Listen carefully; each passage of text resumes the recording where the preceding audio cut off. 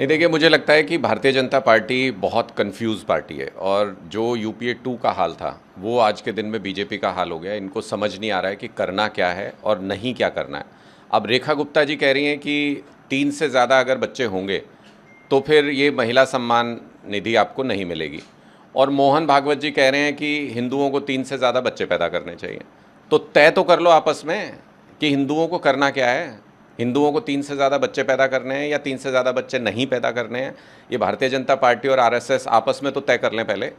तो मुझे लगता है कि बहुत ही कंफ्यूज स्टेट में है। फिर कह रहे हैं कि 2400 यूनिट अगर किसी ने साल में खर्च कर दिया, मतलब 200 यूनिट हर महीने। वो तो दिल्ली में हर आदमी कंज्यूम करता है 200 यूनिट हर महीने। तो अगर किसी ने 200 यूनिट कंज्यूम कर लिया, उसको भी आप महिला सम्मान निधि नहीं देंगे। इसका मतलब इन्होंने अपनी शर्तों में वो लिस्ट बनाई है कि क्या क्या लिस्ट के अंदर डाल दिया जाए जिससे कोई भी इस योजना का लाभ ही ना ले पाए। तो इन्होंने एक्सक्लूड करने वाली पॉलिसी बनाई है, इंक्लूड करने वाली पॉलिसी नहीं बनाई। ये भारतीय जनता पार्टी की नीयत में खोट है। ये किसी को भी सुविधा और सम्मान और कोई भी राशि सरकारी खजाने से देना ही नहीं चाहते। कल पार्लियामेंट में काफ़ी चर्चा चल रही थी परीक्षा को लेकर, जो नीति नहीं आई है नीट एग्जाम को लेकर। उस पर प्रियंका गांधी ने प्रहलाद जोशी के लिए कुछ कहा, जिसपे सत्ता पक्ष की तरफ से काफ़ी आपत्ति दर्ज की गई। आज किरण रिजिजू ने कहा कि कांग्रेस में खासतौर पर राहुल गांधी प्रियंका गांधी गाली गलौज करके रहते हैं। देखिए, नहीं, 2-3 क्वालिफिकेशन तो भारतीय जनता पार्टी में मंत्री बनने के लिए होती है, जिसमें से एक ये है कि आपका अनपढ़ होना ज़रूरी है।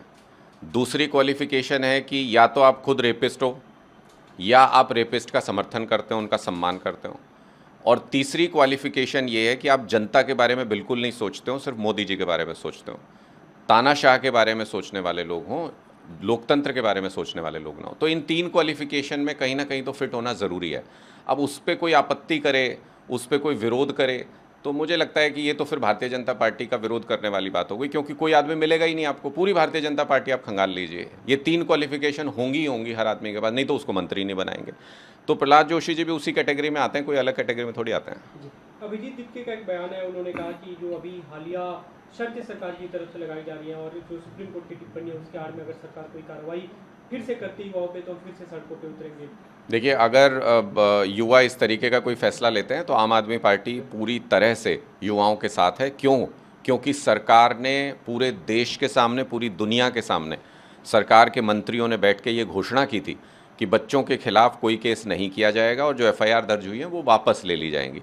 और अगर सरकार अपनी ज़ुबान से मुकरती है, कल सुप्रीम कोर्ट के दौरान भी जब सुनवाई चल रही थी, तो आपको जान के हैरानी होगी कि सरकार के वकील ने वहाँ सुप्रीम कोर्ट को सूचित ही नहीं किया कि कोई रजामंदी हुई है प्रोटेस्टर्स के बीच में और सरकार के बीच में, किसी बात को लेकर सहमति बनी है, ये बताया ही नहीं सुप्रीम कोर्ट को। तो अगर आप सुप्रीम कोर्ट को पूरी जानकारी ही सरकार नहीं देगी और अगर कोई समझौता हुआ है उसके बारे में अवगत ही नहीं कराएगी, तो कोर्ट का फैसला तो हमेशा जो तथ्य उनके सामने होते हैं उसके आधार पे होता है। तो बहुत सारी चीज़ें, बहुत सारे निर्णय सही तरीके में, सही परिप्रेक्ष्य में नहीं हो पाते हैं। मुझे लगता है सरकार जेनजी के साथ धोखा कर रही है।